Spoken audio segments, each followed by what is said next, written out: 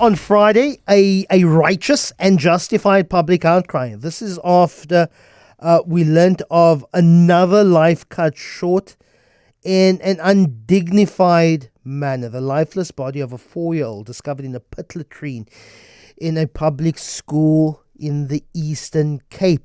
37 children since 2014 have succumbed in this manner. We think of the names of young Michael Kumape, of 5-year-old Mhlanga, whose names are immortalized simply because the schools which they were meant to get education and maybe even some food, some basic preparation for life. This is where they died after dying in a pit latrine. We thought we offer this chance, this time to talk about this issue. We've asked the Human Rights Commission, who've issued and done 3 reports, one in 2014, one in 2018, and one in 2021, looking at water and sanitation at schools. We'd also ask the Centre for Child Law, who has, along with Section 24,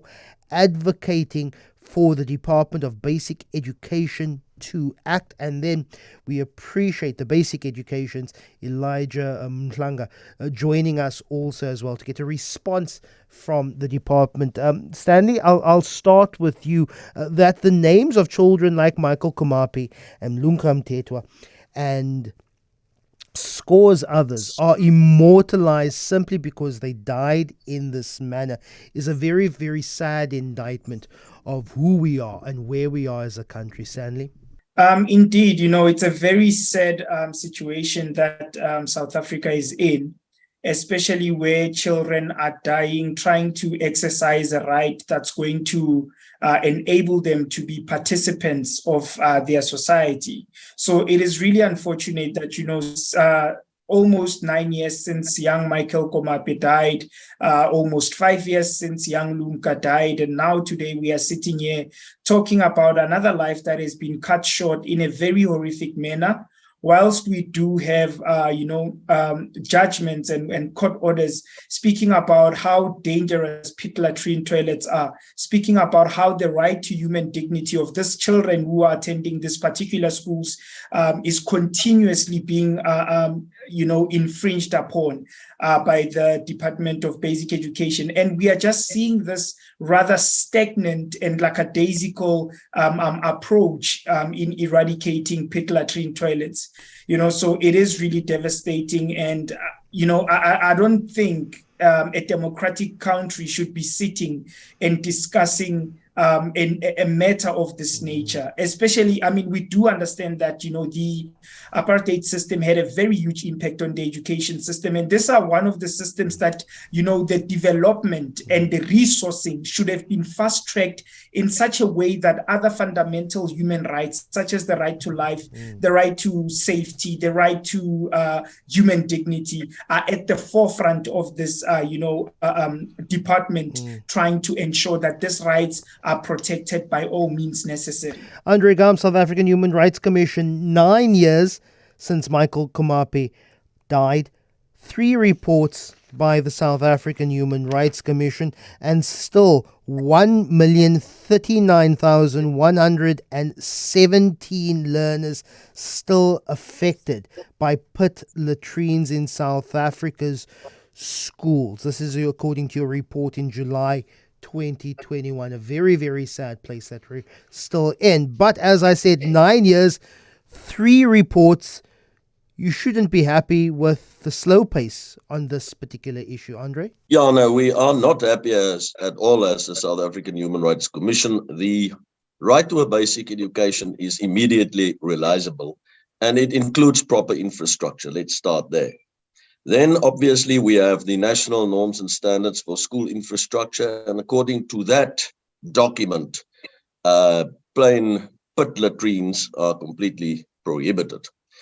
Fact of the matter is that there is an interesting dimension also to the latest tragic incident, because the South African Human Rights Commission in the Eastern Cape, our office here, visited the particular school. And this was actually not a plain pit latrine.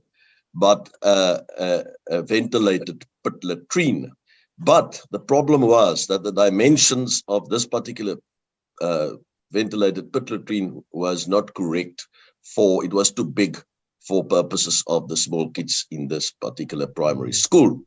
So that opens up a new and very concerning dimension, and that is that even where the department is putting new latrine facilities, it appears that in some instances those are not the correct facilities, and therefore the department and the provincial department should make a special effort to find out from schools whether the ventilated pit latrines or other latrine facilities installed at schools are indeed the correct version. The Department of Basic Education should also tell the whole nation, I think, and the Commission thinks, what exactly the position is at each and every school, mentioning each and every school in the country and indicating the exact status there. Because the minister and Elijah and the department seems to make some progress, but we don't know exactly what that is. The nation is not taken into the confidence of the department so that we can monitor what the department says and see whether that is indeed the case at grassroots level. Well, Elijah Mhlanga is on air with us, and I appreciate your response and willingness to be part of this conversation. Your direct response to Andre as a commissioner of the Human Rights Commission on a radio show, having to ask the Department of Basic Education what exactly has been done in the last 9 years. Elijah? A lot of work has been done. In fact, there's never been a minute when work is not done to eradicate inappropriate sanitation facilities in schools. We work very hard. The DG is traveling the country. Even now, as I'm speaking, he's in the Eastern Cape. He spends more time there monitoring the work that our implementing agents are doing to finish the work that has been given to them. Over 90 to 95% of the 3,000 or close on 4,000 schools that did not have proper sanitation facilities have now been delivered. And this school was one of those that benefited as recently as 2018 from new sanitation facilities which are being rolled out in the identified schools in terms of the needs analysis that was done back then. So there is work being done, and there's a lot of it. I think the commissioner is correct in saying that the department is supposed to brief. That's exactly the plan. In fact, there was supposed to be a media briefing yesterday to outline the work done in terms of infrastructure, but the minister was requested to attend an urgent meeting at the Union Buildings. As a result of that, we had to postpone that. There is a report which is available, which is going to be made public in terms of the progress made, and we will be releasing that very soon to indicate the progress that has been made and the challenges that have been encountered and how those are going to be overcome. You say work is being done every single minute to ensure that there's proper infrastructure.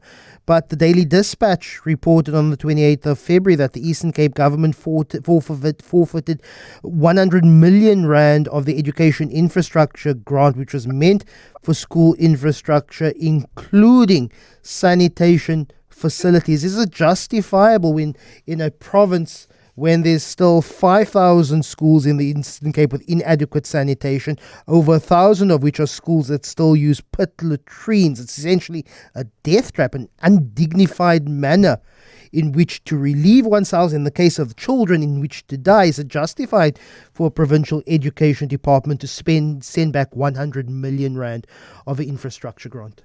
No, you're correct. In fact, the Minister of Finance gazetted that particular directive that the 100 million should be redirected to another province.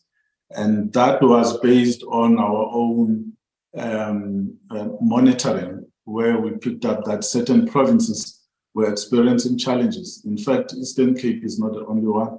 We're in Mhlanga as well. But there are specific reasons for that, which are dynamics that are relevant there in the provinces. Let me tell you about Mhlanga. In Mhlanga, they lost money because the entire management in the infrastructure unit resigned all in one day. And because of that, no planning, no execution of plans, no monitoring could take place. As a result, their budget allocated to infrastructure could not be spent.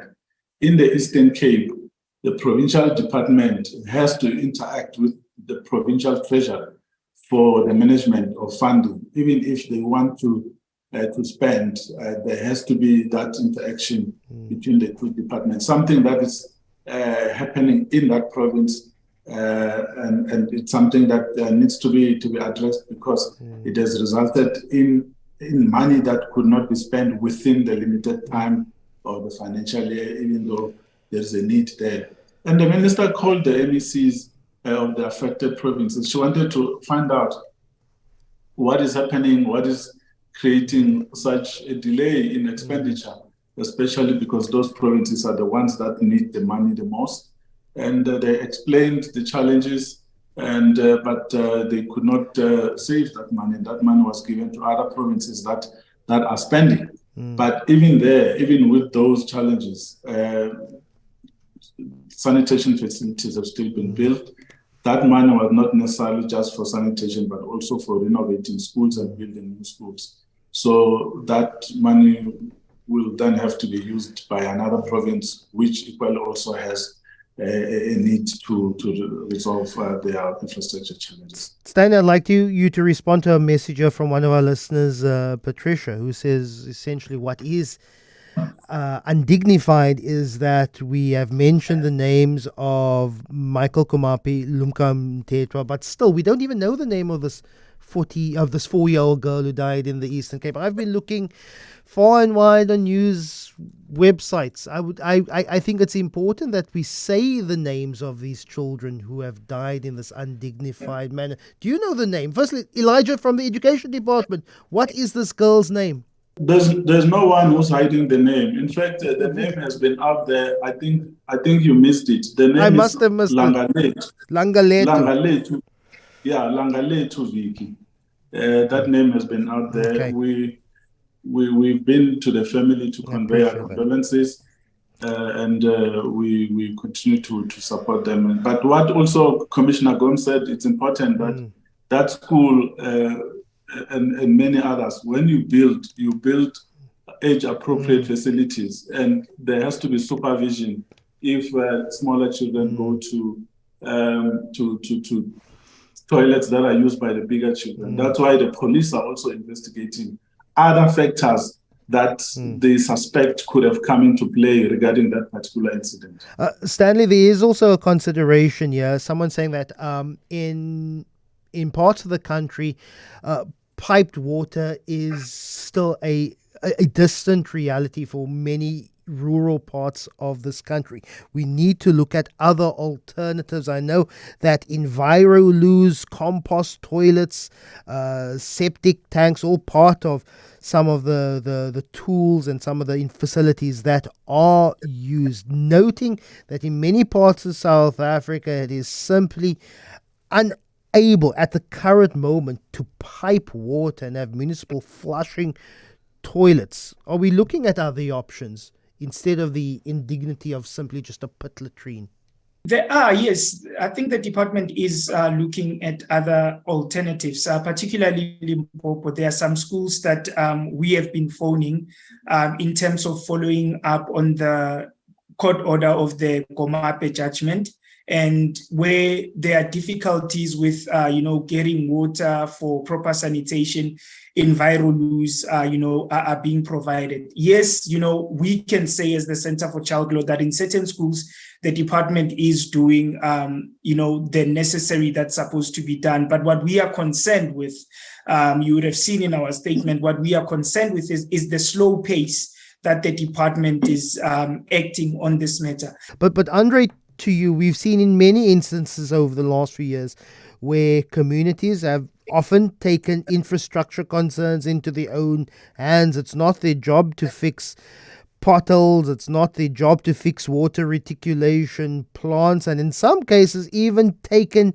the state to court to simply provide the most basic of needs when it comes to water, potholes, all those infrastructure things. Your thoughts that we're often having to litigate against the state, like what Section 27, like what the Centre for Child Law has been doing on this particular issue, having to litigate against the state simply to provide dignity to young people at their schools. That is obviously a tragedy that has to take place, and that the government needs to be taken to court sometimes, because this is indeed government's duty. And as far as the municipalities are concerned, the municipal services, those are the duties of the municipalities. And we all know, and I mean, it's not a secret at all, even the president acknowledges that our municipalities, many of them are unfortunately completely dysfunctional and so on, or to an extent dysfunctional. So on the one hand, it's wonderful that South Africans, ordinary South Africans are willing to jump in and make a difference. And that should certainly be welcomed. But we should tell ourselves very clearly that these constitutional duties, it's not simply a duty, it's a constitutional duties.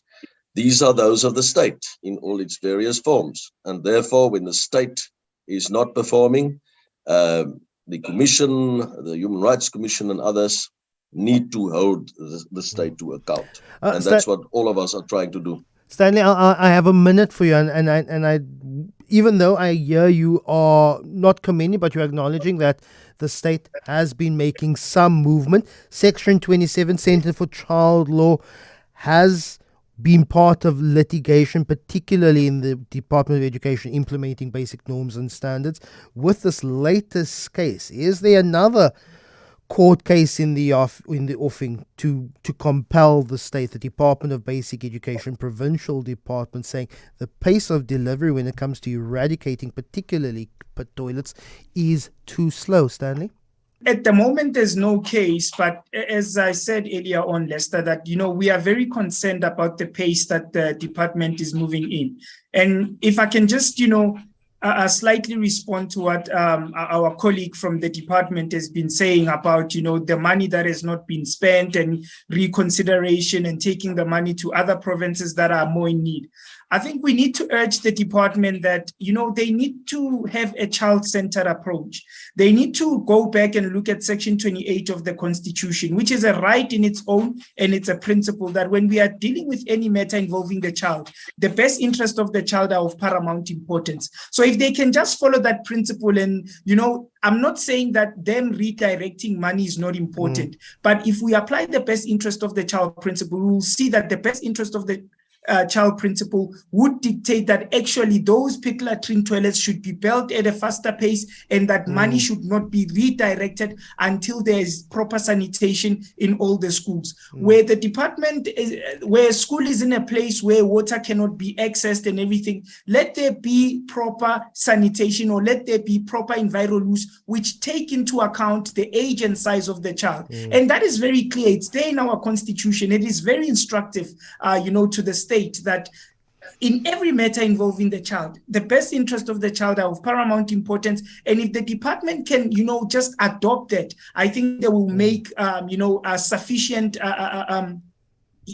they will be able to take sufficient steps which ensure the protection of these children, which guarantee their right to basic education and a safe infrastructure, which also protects their right to life and their right to human dignity. I appreciate it. Stanley, Malematja, Andre, Gaum. Elijah, just confirm the child's name. I think I need to know it. Internalize it. Mhlanga Letu, and the surname? Viki, V-I-K-I. V-I-K-A, Mhlanga Letu Viki. We need to say her name along with all the other children who have had the indignity of perishing in this manner. But Elijah Mhlanga, Department of Basic Education, I want to thank you for being part of this. Andre Gaum, Stanley, Malematja, really appreciate this conversation.